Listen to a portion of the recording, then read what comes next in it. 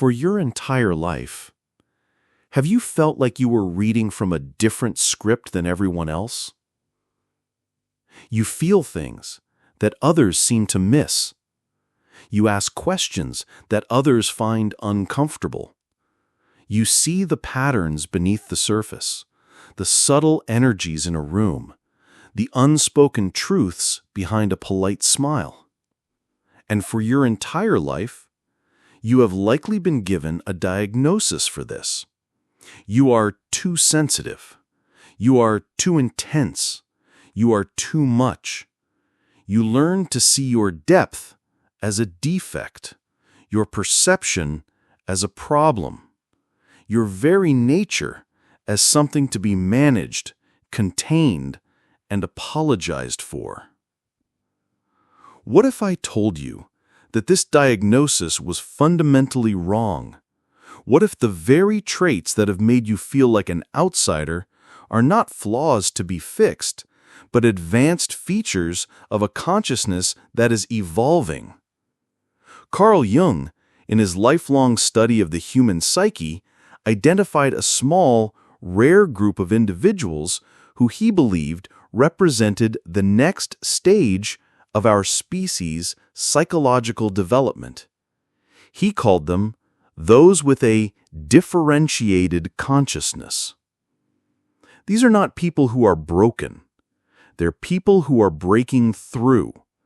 They are the pioneers, the scouts, sent ahead by evolution to map the terrain of a more complex, more integrated way of being. Today, we are not here to fix you. We are here to help you recognize yourself.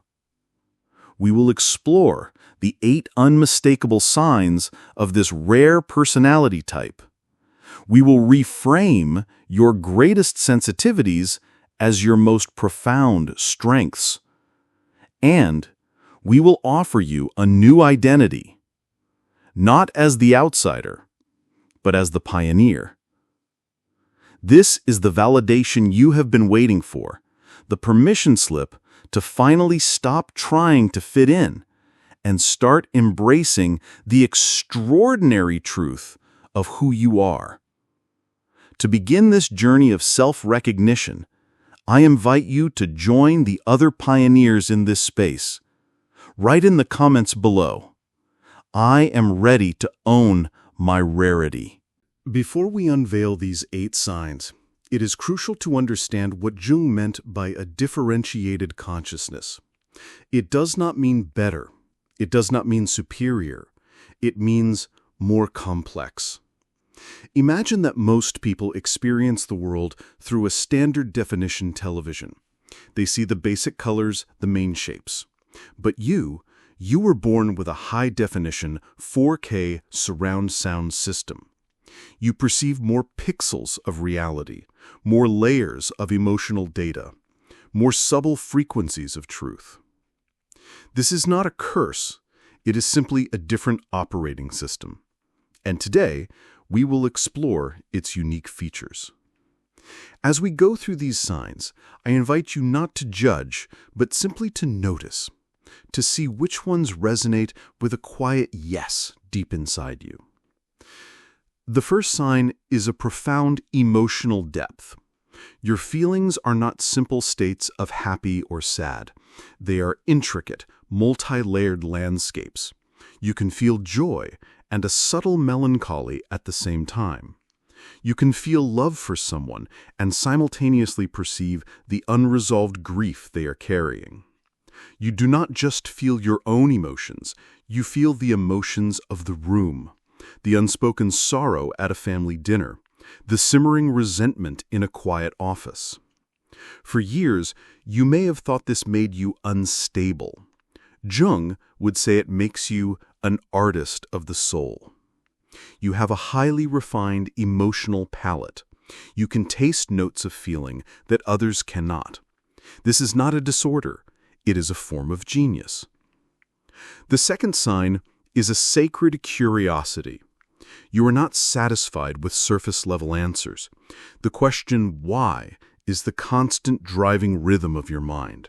Why do people behave the way they do? Why are our societal systems structured this way? Why do I feel this way? This is not restless overthinking. It is the engine of your evolution. Jung called this impulse the transcendent function, the innate human drive to move beyond our current understanding and towards a greater wholeness. While others may be content with the comfort of belief, you are compelled by the honest pursuit of truth, no matter how unsettling. You are a natural psychologist, a philosopher, a detective of the human spirit. The third sign is a conscious independence.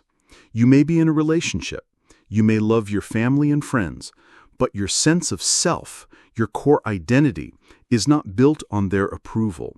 It is forged in the quiet furnace of your own inner world. You have likely spent significant time alone, not because you are antisocial, but because you require solitude to hear your own voice. You have had to consciously disentangle your own values from the values of your family or culture. This is the heart of the individuation process. It is the difficult, often lonely work of becoming your own person. While others may build their identity on the shifting sands of external validation, you have been building yours on the bedrock of your own hard-won inner truth. The fourth sign is a hyper-perceptive awareness. This goes beyond empathy. You are a human pattern recognition machine. You notice the tiny inconsistencies between someone's words and their micro-expressions. You sense the energetic shift in a room when a new person walks in. You can often predict the outcome of a situation long before it unfolds, because you see the underlying dynamics that others miss. Let's imagine Chloe, our nurse, at the hospital. A patient's family member is being loud, demanding, and aggressive. Other staff see him as a problem. Chloe sees something else. Beneath the anger, she perceives a tremor of profound, terrified grief. She understands that his aggression is not an attack. It is a desperate, clumsy attempt to control a situation where he feels utterly powerless. This perception allows her to respond not with defensiveness, but with a quiet, grounding compassion that de-escalates the entire situation. This is not a psychic power. It is simply paying attention on a level that most people have been conditioned to ignore.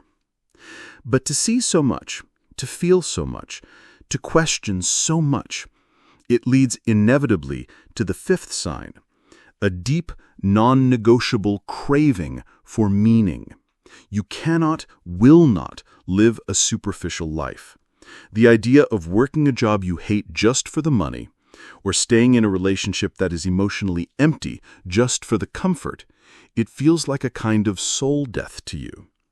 This is not a judgment on others. It is a biological imperative of your own system. Jung believed that when we live in a way that is misaligned with our true self, the psyche will create symptoms, anxiety, depression, a sense of meaninglessness. For you, these are not just feelings. They are an internal guidance system, an incorruptible compass screaming at you when you are on the wrong path. Your soul will not let you settle for a life that is less than authentic. This craving is not a weakness. It is the guardian of your destiny. As you listen to these first 5 signs, you may be feeling a sense of recognition, a sense of relief. But you may also be feeling the shadow side of these gifts, the pain and the isolation they can bring. Because when you see so much, and crave so much, and crave so much meaning, you are bound to run into the hard edges of a world that often does not. And this leads to the next stage of the journey, the painful but necessary process of outgrowing the world you once knew. And so we arrive at the heart of the pioneer's dilemma. If these traits are truly upgrades, why do they so often feel like burdens? Because a gift that is not understood and not consciously managed can become a weapon that wounds its owner. Your high-definition perception of reality requires a high-definition set of inner skills to navigate it. Without these skills, you are like a powerful empathic sponge in a polluted ocean. You will inevitably absorb the toxins. This is where we move from recognition to mastery, from gift to skill. Let's explore the final 3 signs and the practical wisdom needed to steward them. The 6th sign is one of the most painful yet necessary on this path. It is the experience of constantly outgrowing people and environments. As your consciousness expands, your tolerance for inauthenticity shrinks. The friendships based on superficial small talk begin to feel draining.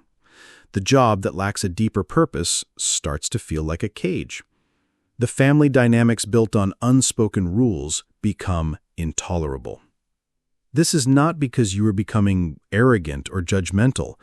It is because your soul can no longer breathe in low-oxygen environments. You are experiencing a series of psychological deaths and rebirths. You must let go of the old to make space for the new. The pain comes from the grieving process, but the mastery comes from reframing this. You are not being rejected. You are being redirected. Each relationship you outgrow is not a failure. It is a graduation. It is your soul lovingly moving you towards relationships that can meet you at your new, more expansive level. This leads us to the 7th sign, a direct result of your profound depth. You possess a transformational presence. Have you ever noticed it? People feel safe with you. Strangers will tell you their life story in the grocery line. Friends will call you in their darkest moments. This is because your non-judgmental awareness creates what Jung called a temenos, a sacred, protected space. In your presence, people feel seen, heard, understood. And in that space, they can begin to heal.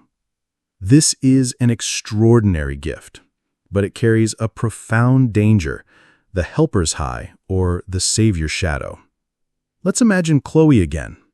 Her friends and colleagues rely on her as their unofficial therapist, and a part of her, the part that craves being needed, feels validated by this role. But she becomes so focused on holding space for others that she has no space left for herself. Her life becomes a series of other people's crises. The mastery here is to learn the difference between serving and sacrificing. It requires fierce boundary work. You must learn to build your own temenos first, a sacred space of time and energy just for you. And you only invite others in when your own well is full.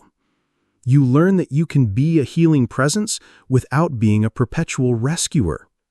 Your gift is not in what you do for people. It is in who you are. Your presence is enough.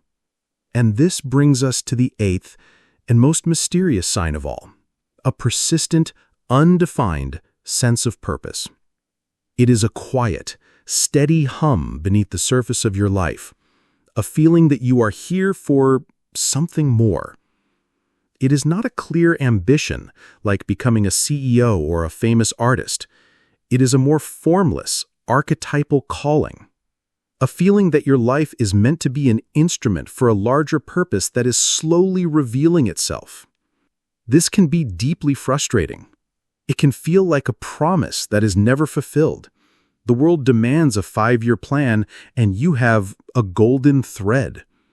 But this, Jung would say, is the ultimate sign of a soul in direct contact with the transcendent function. Your purpose is not a goal to be achieved. It is a mystery to be lived. The mastery lies in surrendering to this not knowing. It is the practice of symbolic living we spoke of before, following the quiet pulls of curiosity, trusting the small synchronicities, letting go of the need for a grand, definable purpose, and instead learning to find your purpose in the authentic expression of each moment. Your purpose is not to find the meaning of your life. It is to be the meaning in everything you do. Emotional depth, sacred curiosity, conscious independence, hyper-perceptive awareness, a craving for meaning, outgrowing your world, a transformational presence, and an undefined purpose. These are the 8 signs, the features of your rare operating system. Seeing them laid out like this can bring a wave of relief, but it also reveals a crucial truth. Possessing these gifts is one thing.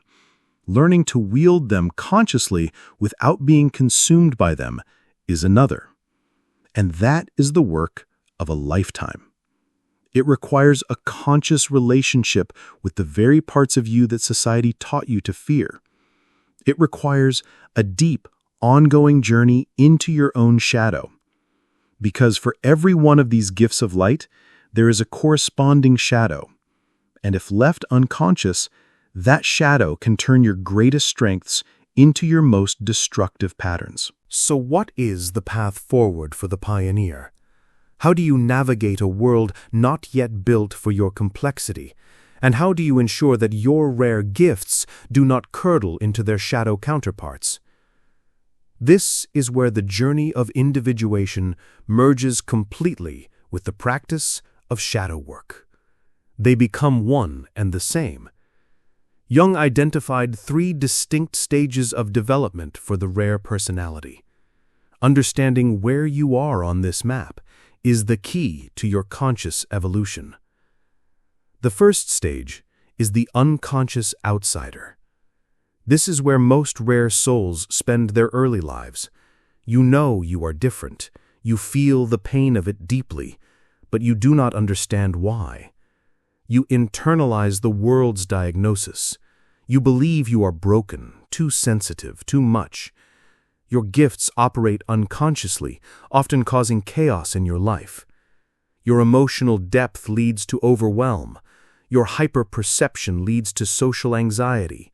Your transformational presence leads to burnout. You are a powerful instrument that has not yet learned how to play itself. The second stage is the awakening individual. This is often triggered by a crisis, a dark night of the soul. It is the moment you stop looking outside for answers and begin to look within. You discover thinkers like Jung. You discover concepts like shadow work. You begin to reframe your entire life story. This is likely the stage you are in right now simply by virtue of watching this video. It is a stage of immense relief and validation, but it also carries the greatest shadow danger. As you begin to understand your rarity, the ego can hijack the process. This is where the shadow of superiority is born, the quiet thought that you are more evolved than others. This is the trap of the spiritual ego. It creates a new, more subtle form of isolation. You are no longer the broken outsider, you become the misunderstood genius. It is a more comfortable prison, but it is a prison nonetheless. The only way to move beyond this trap is to enter the third stage, the individuated consciousness. This is the stage of true mastery. The individual here has done the deep, humbling work of integrating their own shadow. They understand that their rare gifts do not make them better than anyone else. They simply give them a different responsibility. They no longer see the world in terms of conscious versus unconscious people. They see a world of souls at different stages of their own unique journey.